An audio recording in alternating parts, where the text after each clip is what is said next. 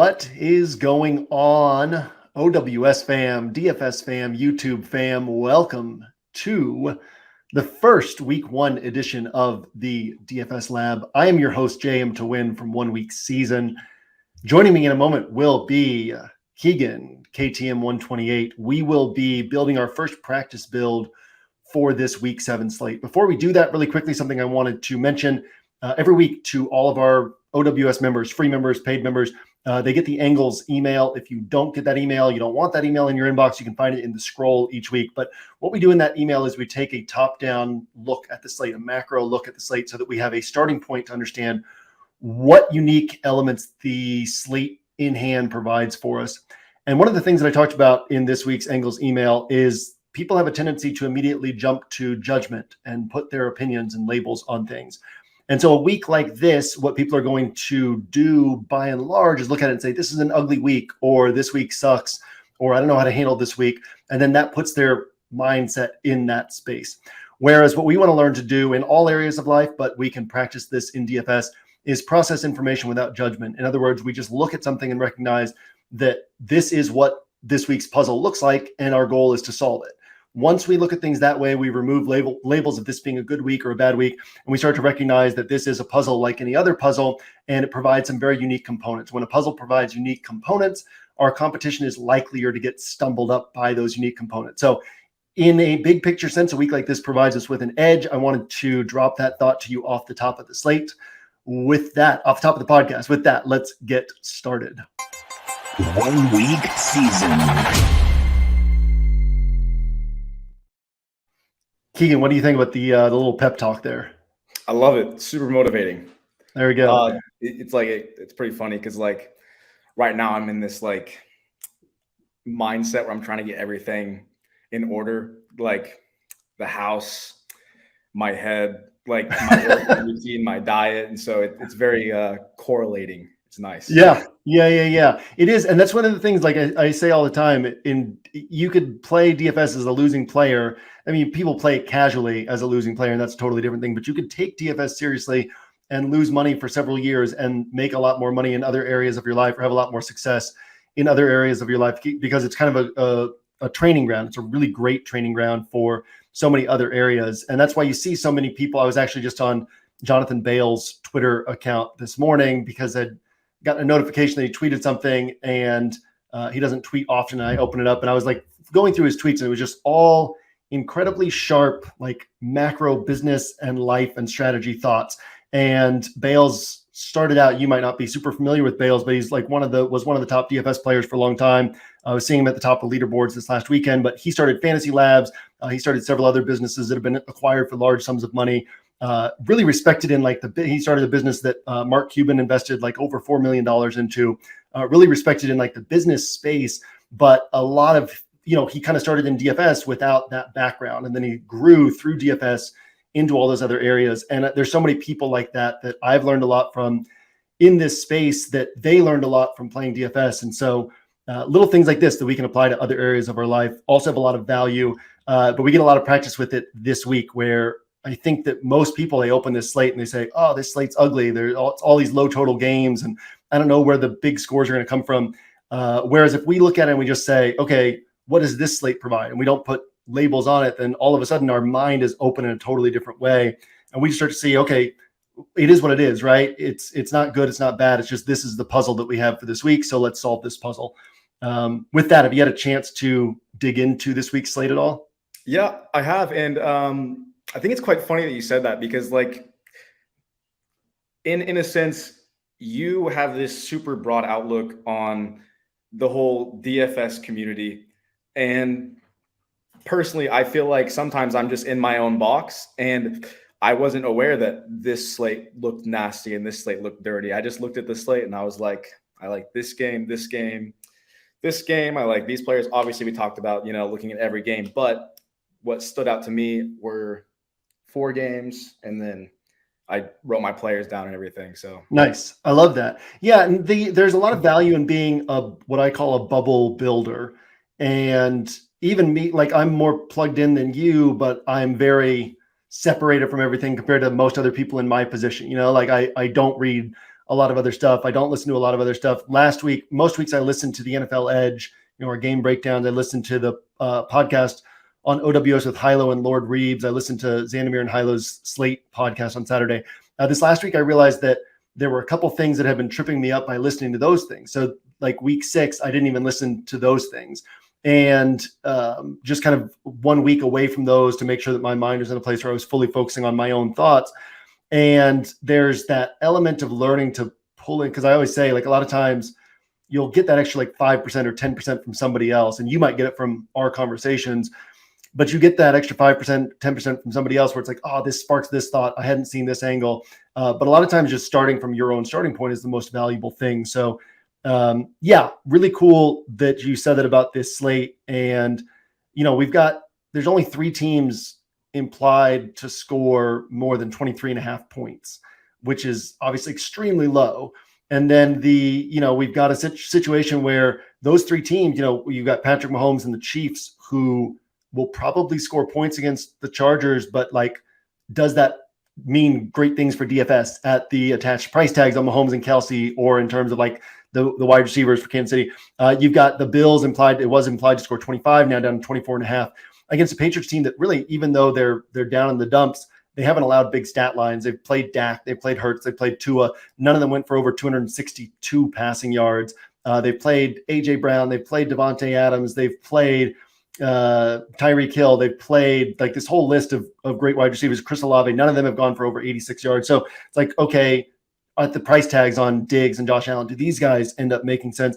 And then the last spot you have is the Seahawks, who nothing really stands in their way of a big game except themselves. But we've seen for a decade plus that the Seahawks team, they play to the fourth quarter, right? They try to chess match their way to a win, enter the fourth quarter with an advantage. So they're less interested in, hey, let's get 37 points if we can. If they get 37 points, it's going to be a 37-27 game or 37-31 type game, which we've seen both of those this year. If their opponent is scoring 16 points, then the Seahawks are probably scoring like 24 points. So harder for the Seahawks to have a huge game without Arizona also kind of helping out. So we have this interesting setup where there's not a lot of high total games, and then those high implied team totals, and those high implied team totals kind of have some bumps and bruises on them as well. So kind of creates this wide open slate. Probably not a lot of 30 pointers available on this slate in terms of players producing 30 points. So yeah, it creates an interesting setup where if you can find those 30 pointers, you're going to be way ahead of the field. Any thoughts on that? On any thoughts from you on kind of this slate? Yeah, I'm really curious because I don't ever look like, most weeks I don't look at the team, like the implied totals. I'm curious what those games are. I kind of want to do it a certain way. So do you either want to do it, I tell you the teams that I have, and then you tell me the highest implied total, or you tell me the highest implied total, then I tell you the teams I have? Yeah, go ahead. Let's have you tell me the teams that you have. All right. So I got the Commanders, Giants, in no specific order, by the way. I just have the teams. Steelers, Rams, Chargers, Chiefs, and then Packers, Broncos. I like it. I like it a lot. Yeah. So I don't know if you were reading any of my content late last week, or if you usually watch my show with Pete or listen to my show with Pete. Mm-hmm. So I don't know if you picked up that I was on that Desmond Ridder stack last week. But part of that was just that matchup against Washington, and the fact that Washington has been a shootout creator this year. So, I think that Sam Howell this week has a chance to be one of the top point per dollar quarterbacks on the slate. In terms of pre-touchdown fantasy scoring, in fact, what I did this week was I calculated pre-touchdown, pre-Draftkings bonuses. So just like in terms of starting point before any of that stuff, Sam Howell, let me see, averaging 10.9 points per game before touchdowns and bonuses. Okay, 10.9. Stack that up against Daniel Jones is 9.6. Jordan Love is 10.4. Jonnu Smith is 10.2. Matt Stafford, 11.2. Sam Howell, 10.9. Like, he's right there with Matthew Stafford in terms of pre-touchdown scoring, and he's been getting more touchdowns than Matthew Stafford. In fact, even Josh Allen this year is at 11.5. Sam Howell at 10.9. So, if the Bills had smashed the Giants the other night and the Giants defense had continued to look bad, I would be like, dude, I'm all over Sam Howell. Now I'm kind of like, okay, the Giants could come up with a plan that slows him down. But if they don't, like, Sam Howell is a very sharp way to go. I made a note to myself this morning. I need to look up. I don't think that the Giants pass catchers had many, if any, tournament viable scores last year. And yet Daniel Jones had 3 or 4 games where he could have won you a tournament. So if it's Tyrod Taylor under center, he rushed for 24 yards the other night on 5 carries. Tyrod Taylor could genuinely put up 23 points, 25 points without any of his pass catchers. Going in, you want to jump in? Did Kadarius Toney, he played for the Giants last year, right? He got traded like partway through the season, but he had a hamstring injury that after he got traded, he kind of pretended like it hadn't been a real injury. And that like he had basically been sitting out, and then like right away he got injured. I remember that. I feel like either him or Darius Slayton had a decent, like almost maybe tournament score. Yeah, I'm pretty sure. I looked through Slayton earlier this year. I'm pretty sure he hasn't topped like 18 points since 2020. Oh, really? But he's got those at his price tag. That's fine, right? You get those 15 to 18 points. But also, if you miss out on it, it's not a huge deal. And so what I'm getting at is there's a potential that like a Tyrod naked would actually be interesting, because I think that people will catch on to this matchup against Washington and be like, oh, this passing attack, but then they're going to guess, and maybe Jalen Hyatt, he was out there a lot of the snaps this last week. Maybe he ends up having his first big game. Maybe Wan'Dale Robinson, who has, I think it's 22 catches and 140 something yards. So it's like 7 yards a catch, which is pretty awful from an upside perspective. But every once in a while, those types of guys can break off, one long gain and have a really good game. Maybe Darius Slayton. But the thing is, the catches will pile up on Wan'Dale Robinson. The yards come not from Wan'Dale Robinson, but from like Darius Slayton, but on fewer catches, or Jalen Hyatt, fewer catches. The touchdowns might come to some random dude, and then Tyrod Taylor might run one in, and everybody who's playing Tyrod is like trying to figure out who to pair him with, and then maybe the answer is no one, right? So I think that's an interesting angle to play on that one. Chiefs and Chargers, I mean, that's pretty obvious, right? Also one really good defense in the Chiefs, and then the pricing doesn't change. So really high price tags on the Chargers going against Brian Baldinger, who knows the NFL as well as anyone, said this last week that the Chiefs might have the most, or he didn't say, I don't think he said might, said the Chiefs have the most complete defense in the NFL. So putting them up against the 49ers, the Lions, the Browns, all these other great defenses, like the Chiefs are up there. So kind of harder for the Chargers to hit at their price tags. That doesn't mean I'm taking them totally off my list, but that game probably comes in under expectations. And then obviously the Kansas City side, they probably score, but how do you know where those points are coming from, like the pass catchers, or if they do at all? Yeah. The Rams and Steelers, I think it's really interesting. Rams defense has been excellent, but also the Steelers are coming off of a bye. So outside shot that the Steelers offense looks better. Deontay Johnson should be back. And then obviously the Rams passing attack is attractive. The Rams backfield is attractive if we get any clarity. And even if not, if you guess right, that's ends up being really valuable. And then the Broncos and Packers game. Yeah, the Packers are super interesting. And I think, Russ has like one game below 19 DraftKings points. So not a good matchup against the Packers pass defense, but also wouldn't be shocking if Russ puts together a solid game. So I think that the Broncos side is a little bit interesting as well. So maybe he could rush a little bit like he did against the Cowboys. You see that touchdown? He can get one of those random 30-point games where you're like, wait, how did that happen? Yeah. I think all of these are interesting spots, and probably, that probably highlights, I think Las Vegas, Chicago is also interesting. Cleveland against Indy is also interesting. But that kind of highlights the spots that are most standing out to me. I also like Arizona and Seattle. So, I guess that's 10 games, and we've just mentioned 6 or 7 of them. But I also like those 3 as well. I like the Arizona Seattle one probably more than the other ones, but I was just hesitant because Fields is doubtful, I think, at the moment. So yeah. I don't know. Fields won't be playing. It'll be Tyson Bagent, which might not be much worse than Fields from a standpoint of like for the pass catchers, because Bagent's not going to be running. So that just basically means more pass attempts. Okay. Bagent, I don't know a ton about him. He's a confident kid. He's in his early 20s. He's your age. But yeah, he's a confident dude. Seems like he has his head on right. He understands the offense well. If I remember correctly, he came from Division II, and it's his rookie year. So that's a big leap. He'll probably make a couple mistakes, but he also seems to have kind of like a confidence and gunslinger type attitude where he's going to take those shots. Oakland pass defense has been really good this year, actually. So that kind of puts a damper on it. But yeah, I mean, there's just some interesting elements there. And obviously the Raiders offense going against the Chicago defense that's improving, but still not scary. Jimmy G's probably out, but how much of a downgrade is that for the skill position players? Probably not much. So yeah, I mean, yeah. And so the slate is kind of spread out, but also I think it's important to recognize there's probably not, well, there could end up being one game that just like goes way above all the others, but the likeliest outcome is that there's not. And so then also it kind of becomes more about who on this slate can score 30 points. And so like the teams that you mentioned, like all have players that can score 30 points. And that's kind of my focus this week drifts a little bit outside of team-based stuff and a little bit more toward, if there's only like 4 or 5 30-point scores across the entire slate, can I get them all? Right. And then the best is if you're kind of on one of these players that other people just aren't on, they're 3% owned or 5% owned, and they get the 30-pointer, because now if you pair that with the other more popular ones, you're way ahead of everybody else.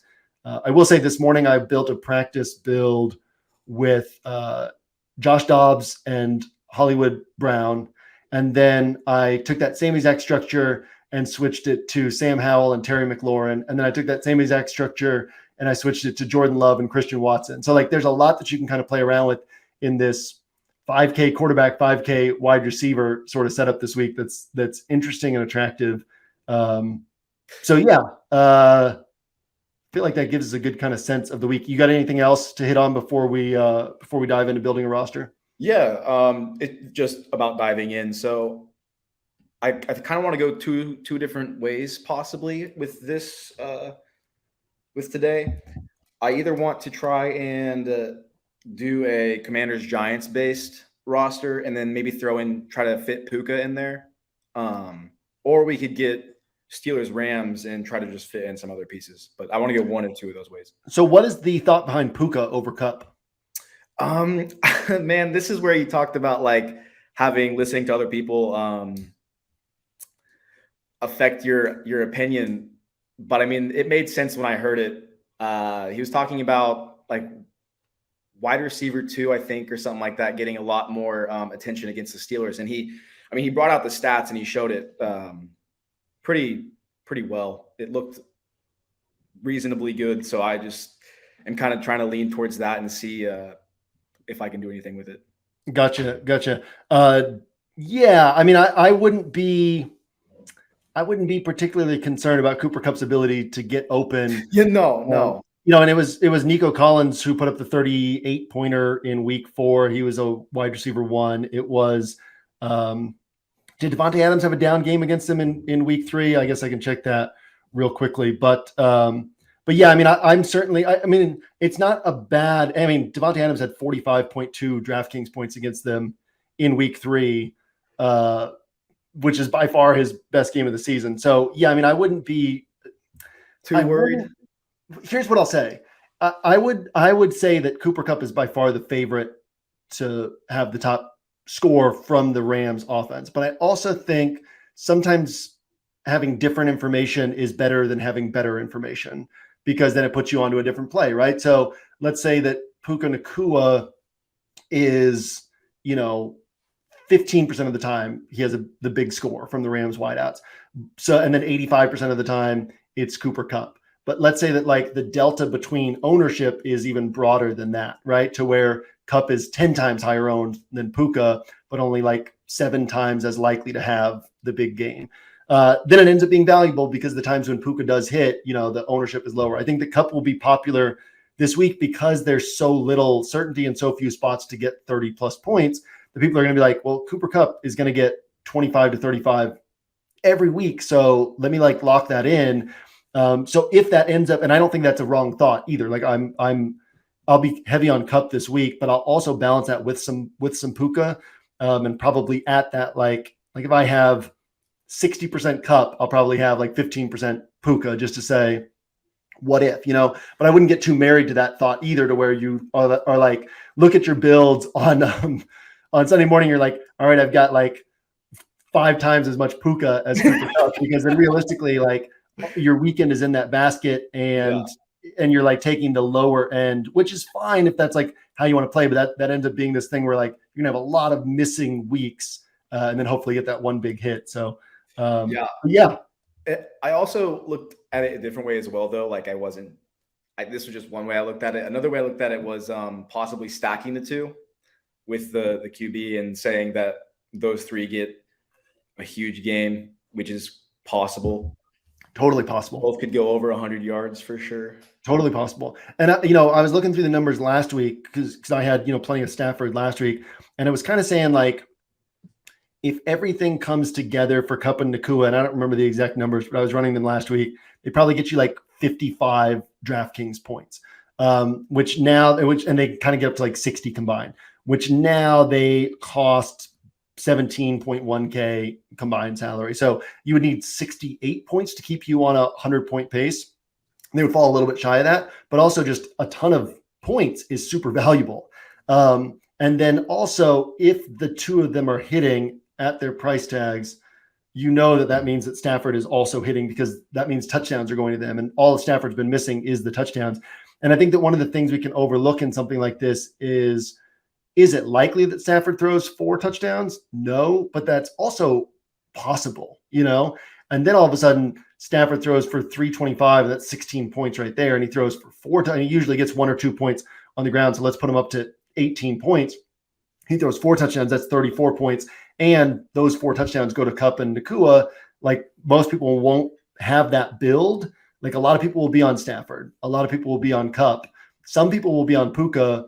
Not a lot of people will have all of them together. So if you actually have that game where, oh my gosh, like the Steelers' pass defense is continuing to struggle, Stafford's throwing for 4 touchdown passes, everyone's kind of betting on Stafford having a good game, but then you're the only one really placing that full bet. So yeah, I like that angle as well. I think that's an interesting way to go. So with that, let's pull up your screen, and where do you want to start on this one? Because I'm good with any of those options that you laid out. Let's start with let's do the Commanders. Actually, I want to see if it's possible if we can do that, because that's expensive. Let's try it. Let's try it out with try the Kupp and Nacua and Stafford. Okay. So one thing we could also think about here is throwing in Zach Evans, which kind of offsets some of the cost of it. Yeah. Interesting thing I was kind of digging into earlier this week. So we've had 2 bad games from the Rams backfield, and 4 really good games. Okay. In the 2 bad games, the Rams wide receiver 1 had their worst games of the season. In the 4 good games from the Rams running backs, the Rams wide receiver 1 scored 28 plus DraftKings points. So in other words, most people would think of this as like, oh, I'll play either the Rams running back or their wide receiver 1, but they've actually been positively correlated. If the Rams running back is having a big game, the Rams wide receiver 1 is having a big game, and vice versa. And which makes a lot of sense, because it's a concentrated offense, and the Rams running back is going to derive a lot of their value from touchdowns. And in order to get those touchdowns, they need the Rams wide receiver 1 to be catching passes and getting yards, right? And so the games where the Rams running back is kind of disappointing, then Puka or Kupp, depending on who was the wide receiver 1 in that particular week, ended up kind of disappointing compared to what they've done in their other games. The games where the Rams backfield is doing really well, the Rams wide receiver 1 has done really well. So this kind of goes even over that and says, hey, we're basically betting on the Rams scoring 4 or 5 touchdowns. The cool thing about a build like this is if the Rams score 5 touchdowns, they might be the only team, literally might be the only team on the entire slate to score more than 3 touchdowns. It could be 19 teams score 3 or fewer touchdowns, Rams score 5 touchdowns. Yeah. And then you have this overstack that people just won't have, and it actually pays off, right? And obviously we're spending, what did we say, 17.6 for those 2, plus 10.5. So we're spending 27.6K in salary, but can they combine for 100 points? They can. We've seen I don't know, 4 times already, Rams running back and the Rams top 2 wide receivers back when it was like Tutu and Kupp. We've seen them combine for about 75 points. So you throw a 30-pointer from Stafford on top of that, and you're actually getting the score that you need from this block of points to keep you on a 100-point pace. Yeah. And I feel like Zach Evans is probably going to be high owned, but just not in this type of build. Not in this type of build, exactly. And the one kind of wrench in this is we actually don't know. Zach Evans is a rookie 6th rounder who was the 3rd string back, as of last week.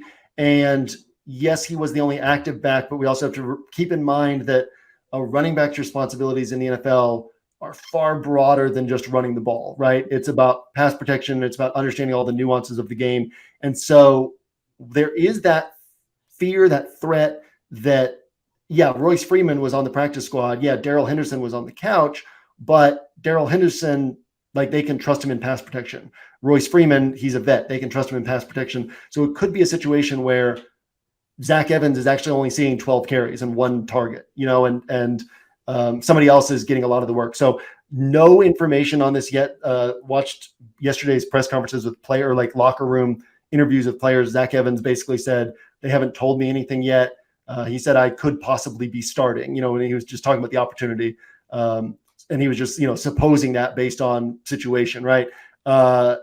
But, he was also talking about going up against Aaron Donald every day in practice for pass protection and saying how prepared he feels in that regard. So there's a lot up in the air, and this is kind of Evans is a high risk play in the sense that he could be popular and get 6 points, and then the people who avoid him are way ahead of the field. So we have to think about that as well. But basically for me, if I'm playing Evans, I will only be playing him on rosters with Cooper Kupp or Puka Nacua because of that understanding that A, Evans will probably be popular. B, these guys are positively correlated, and C, most people won't realize they're positively correlated. So you play him, he's popular, but you play him in a unique way. And then if he hits, you're kind of ahead of everybody else because you're getting the other guy who's also hitting on that team. So I like this setup and obviously add some risk, but not a bad place to be.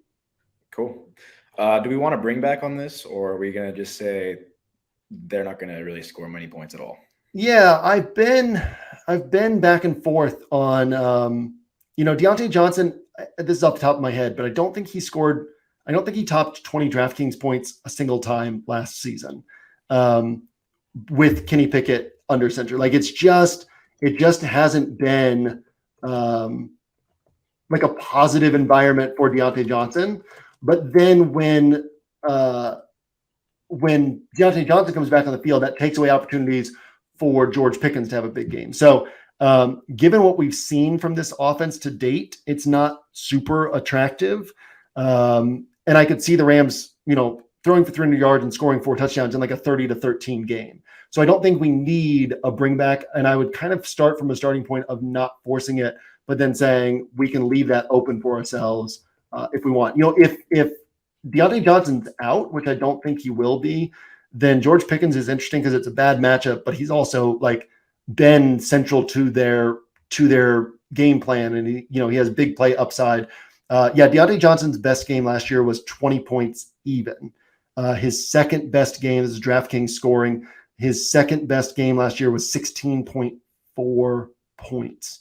So, what changes there that he's dramatically better, right? He's going to go for a 25-pointer in this tough matchup. So then it kind of becomes Pickens, but then Pickens kind of gets some of the shine taken off him by Deontay Johnson being back. So, I don't mind no bring back here. Okay, cool. Well, if we're going to just leave that up to question, then maybe we can see if we can fit Brian Robinson in here. What do you think about that? Yeah. So what's the appeal with Brian Robinson? Just getting some action from that. From that particular game. Action from that game, and then he's I like his price point on top of his upside, his ceiling. Cool. Yeah, we can throw Brian Robinson in there. We get some savings, at running back. We got to keep in mind that obviously the chances of Brian Robinson, the way I would think through this is we need a hunt for 30-point scores, right? And the chance of him getting 30 points are pretty low. And you've got Aaron Jones, who's 1K more than him. You've got Josh Jacobs, who's 1,600 more than him. In terms of pre-touchdown scoring. So what his like opportunity is from a floor to launch off of with once he starts getting the touchdowns. Brian Robinson on the year, let me see, only 8.8 pre-touchdown DraftKings points per game. Compare that to Jerome Ford, who's at 9.5, and cheaper than him. And Jerome Ford, if you take away that rain game in Cincinnati where Chubb was also playing the full game, Jerome Ford jumps up to 11 pre-touchdown DraftKings points per game.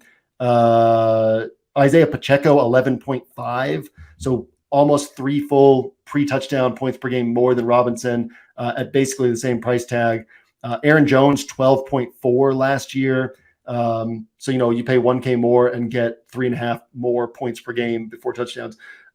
So, I'm not like high on Brian Robinson myself, but at the same time, so I just lay that out to say how I'm seeing him. But I also like the idea of saying, yeah, but I'll throw that out the window, and I just want to bet on this offense saying they could score 30 points, and 2 of those touchdowns flow through the running back. He gets 100 yards, and his typical game is this, but I think he can get an outlier game in this spot.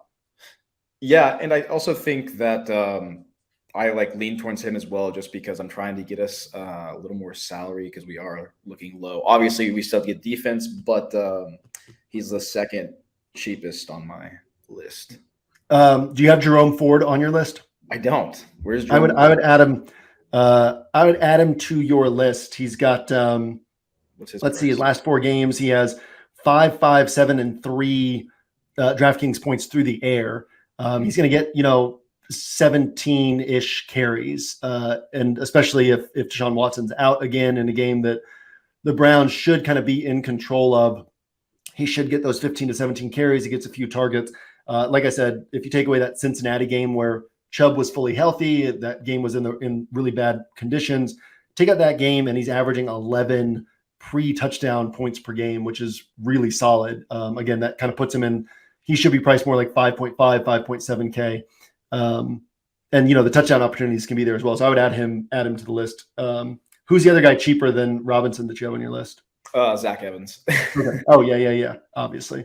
Yeah, Kareem Hunt's sort of interesting on the fringes. Roshan Johnson, sort of interesting on the fringes, assuming he comes back from his concussion this week. But yeah, those are the only guys I have between Brian Robinson and Zach Evans are, Jerome Ford is a guy I actually like, and then Hunt and Roshan kind of on the fringes of my pool of interest. Okay, yeah, I'm actually totally fine because actually I don't mind this game at all, so I'm totally fine with pivoting off of Brian. Well, let's keep Robinson in on this one, just to see if we can do it. And I want to kind of stick with, again, these are practice builds, right? So what we want to think through is, if we put this player on our roster, what are we saying and what does that mean, right? And so this opportunity to say, maybe Brian Robinson isn't the best on paper play, but he can hit in this game environment. We probably don't want to pay up for the Washington defense, but that would be a story where we say, okay, Brian Robinson is hitting. That probably means that Washington is in control of this game. And so maybe we get the Washington defense scoring like 12 to 14 points against Tyrod Taylor or Daniel Jones, this bad offensive line, and pair that with Brian Robinson. Might not work salary-wise, but that's just sort of thing we can think through of like, how does Brian Robinson have his outlier game? Has it probably from Washington sort of dominating this one. But yeah, we're going to be going kind of cheap. So we can throw a defense in. Do you have a cheap defense that you like this week? What's funny is, like, this year compared to last year, defense-wise, I've been a lot more unsure. But the 2 defenses I do have are the Lions and the Bucks so far. I like the Bucks. Obviously we kind of can't ignore the Browns at only 3,300 going against Gardner Minshew. I got to tell you last week I finished 3rd place in the slant out of like 20,000 plus entries. Awesome. Had the Patriots defense, and had I had the Lions defense, which I had the salary for, I would have gotten 1st place for an extra 10K. 3 weeks ago, finished 2nd in the double spy, had the Patriots defense. Had I had basically I lost by 1 point to 1st place. Had I had basically any other defense, would have gotten 1st place. That's 40K out of pocket because I'm playing the Patriots defense. Abby told me that she's going to ask me on Sunday if I'm playing the Patriots defense to confirm that I'm not. And yet they are only 2,100, and they're still like they're not going to get blown out by the by the Bills. They're going to be solid. So that's the cheapest you could go, and they are the cheapest defense on the slate. But we're kind of in this lower range where you've got some solid defenses, but playing really good offenses. Kansas City's been excellent. Yeah. Arrowhead's a tough place to play, but they're Justin Herbert's not going to throw a ton of picks or take a ton of sacks. Baltimore has been lights out this year.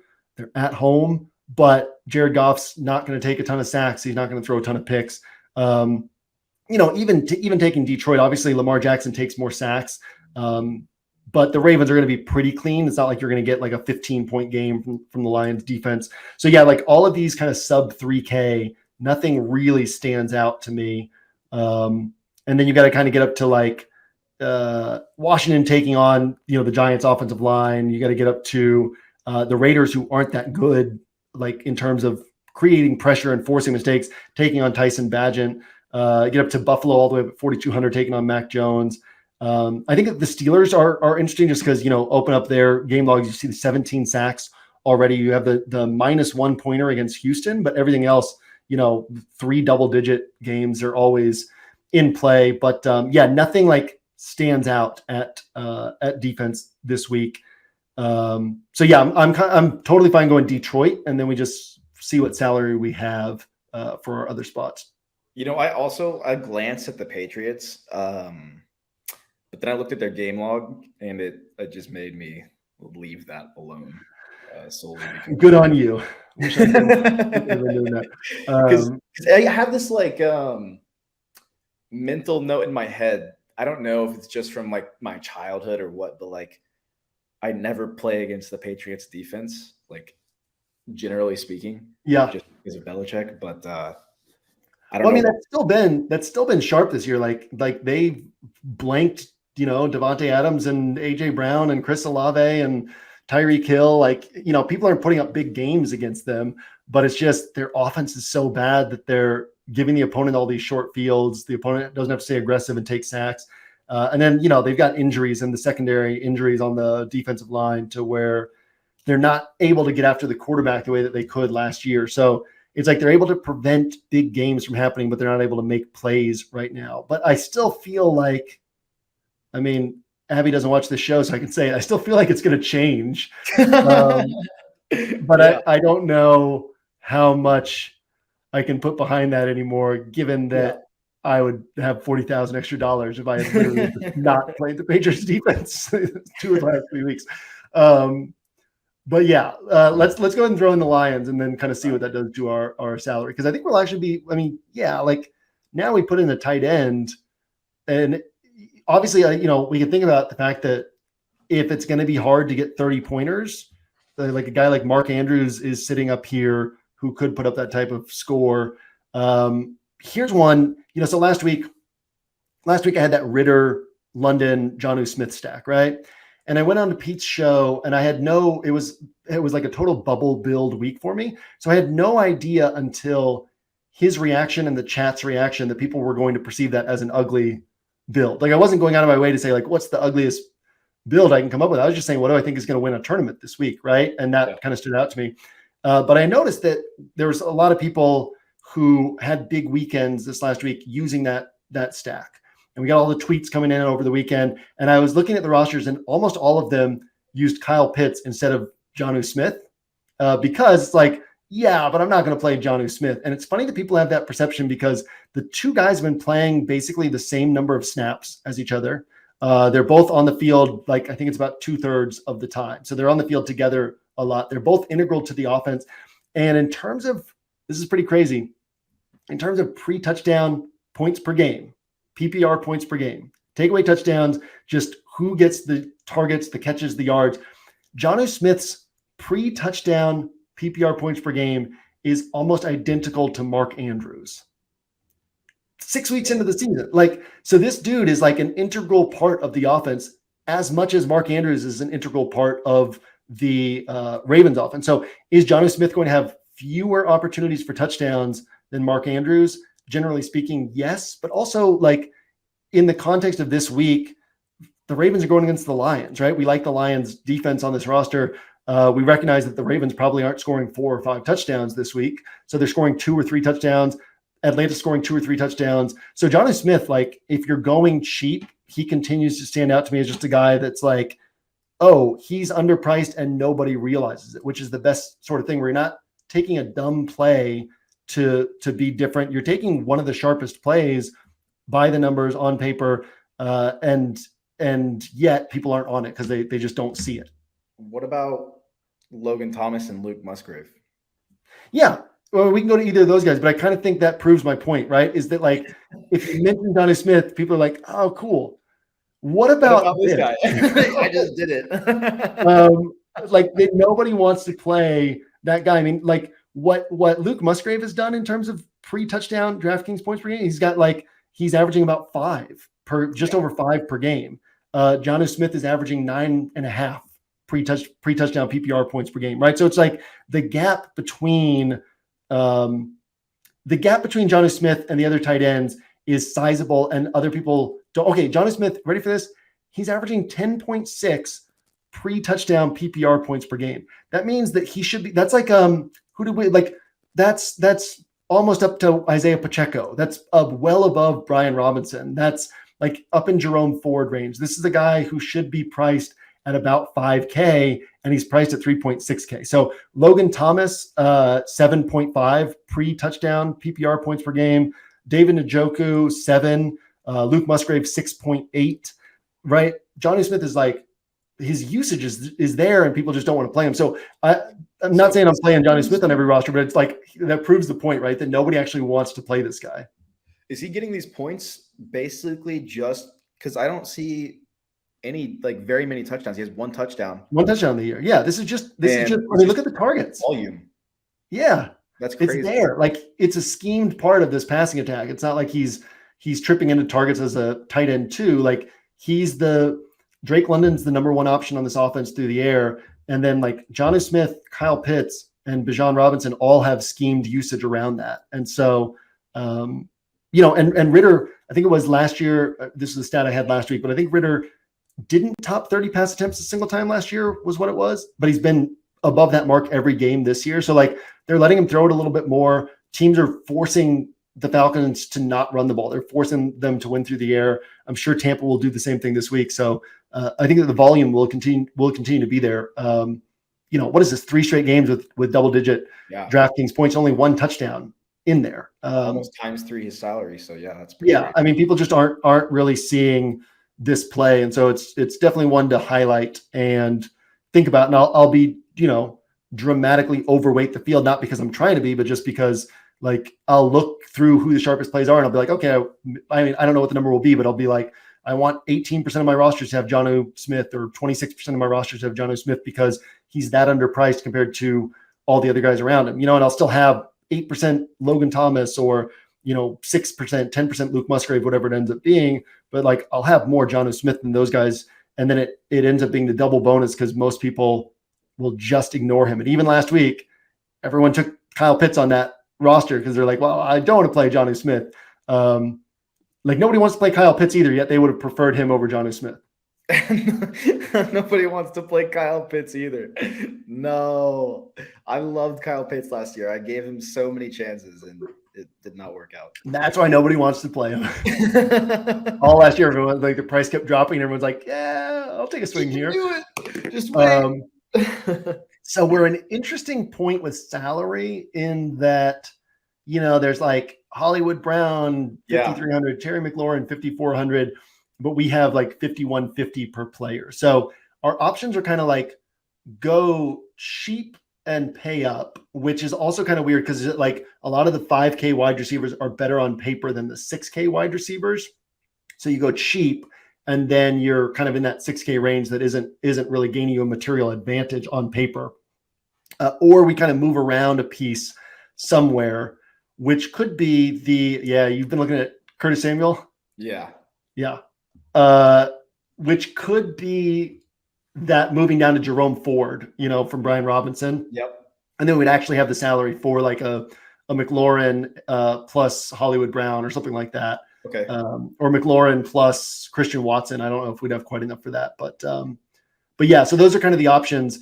If we go cheap, we can't even go to like the 3,500 Wan'Dale Robinson, you got to go kind of all the way down to like the 3K Jalen Hyatt, because then you'd free up the salary to get up to like Aaron Jones or somebody in that range.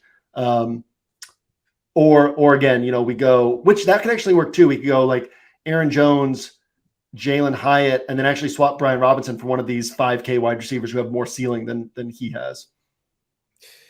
Okay, so put Aaron Jones in the flex. Is that what you're saying? So it would either be replace Brian Robinson with Aaron Jones, because then I would rather have one of these 5K wide receivers than Brian Robinson, or replace Brian Robinson with Jerome Ford and go a couple mid-range wideouts. Okay, cool. I want to put Marquise Brown in, so I'm totally cool with going the mid-range wideouts. Okay, so we go Jerome Ford, and then we put Marquise Brown, and we kind of see what that last bit of salary. This is going to get us right on the right below Christian Watson, and so right on to the still sort of a sharp. Oh no, this is 5,500 per player. So yeah, we can put Hollywood Brown, and we have room to go Christian Watson if we want, Terry McLaurin if we want. We've taken out Brian Robinson, right? So we can still bet on Zay Flowers, also a really sharp play this week. We could play Terry McLaurin to still get exposure to this Washington passing attack, or we could go Christian Watson, or we could go Zay Flowers. I think a tendency for a lot of people here is to like max the salary because they don't want to leave 300 on the table. But like once you start doing optimizer builds, you realize you're frequently leaving 500, 600 on the table. Sometimes it's just like, the best way to build. And then you recognize most people don't do that. So your roster, competes against a fewer rosters. So, yeah, I mean, this is actually a really interesting. I was just curious. This is a really interesting build. Yeah. Because we get two of these sharp mid-range wide receivers. We get two pay-up wide receivers, which I don't think many people will have this week. And we get this like bet on Stafford. And basically this bet on the Rams being the only offense that scores like 4 or 5 touchdowns, and we kind of get all the points. We also have not quite, but we almost have the salary to, if we wanted like to build a second version of this, to move from Puka up to Devontae Adams. We would be 300 shy of that, right? So then you could say, okay, well, I'll go down at tight end or go down at defense and be able to get up to like Devontae Adams, who's kind of a squeaky wheel narrative this week. And if Aiden O'Connell starts, O'Connell did pepper him with targets in that first game. Devontae Adams complained this week. He said that basically that he's not as concerned about wins and losses as he is about greatness. So, that's not a Josh McDaniels, and that's not a way to get in Josh McDaniels' favor. But at the same time, a lot of times we see those guys, like teams kind of go out of their way to feed guys after comments like that. So, I think Devontae Adams, people will be down on him because of the down games and Jimmy G potentially being out. They're kind of going through the week with quarterback uncertainty. So yeah, there's a way to then build a second version of this where you say, all right, let me save a little bit at tight end or defense and go. You still got Kupp, Evans, Stafford, and then you get Devontae Adams with Cooper Kupp, which is again something people just won't have. So yeah, really cool build here where we give ourselves potential for 100 points from our Rams core. So then you ask, can we get to 100 points from the rest of the guys? Hollywood can get to 25. McLaurin can get to 30. Jonnu Smith can get to 15. So that puts us at 70. Jerome Ford plus the Lions defense can easily add 30 points themselves. That can get us to 200 points on a week when 200 points will be hard to get. So yeah, I like this. I like the build, and it's a fun kind of approach that we took to it. Sweet. Yeah, me too, man. I don't have anything else to say. All right. With that, I think that does it for today's show. So with that, as always, thanks for hanging out. It's fun to do these shows. I feel like I haven't seen you in ages because we weren't able to do the show that we recorded on Friday. Yeah. We didn't do last it. time. Done with the Wednesday shows. Last time we were talking, it was about the Rashee Rice parlay that I had, and it hit. Yeah, and it hit. That's right. I was thinking about you during Thursday Night Football when he was like he was under it for a long time, and he had like one more catch that shot him up over it. It's fun to have these early week convos because thoughts develop so much. I feel like on Friday and Saturday that sometimes it's like I'll look back on these thoughts and be like, whoa, those were like really early stage thoughts, but right now they feel like deeper stage thoughts, which is valuable because you just kind of keep pushing yourself farther down the path of understanding what the slate looks like and kind of being in position to build sharp rosters by Saturday night, Sunday morning. So Yeah, as always, Keegan, thanks for hanging out. Viewers, listeners, thanks for hanging out. We will see you back here. We record again tomorrow, Friday. That goes live Friday night or Saturday on the OWS YouTube channel, OWS podcast feed. So we will see you back there on that podcast. We will see you on the site throughout the weekend. And as has been the case week in and week out this season, we will see you at the top of the leaderboards on Sunday.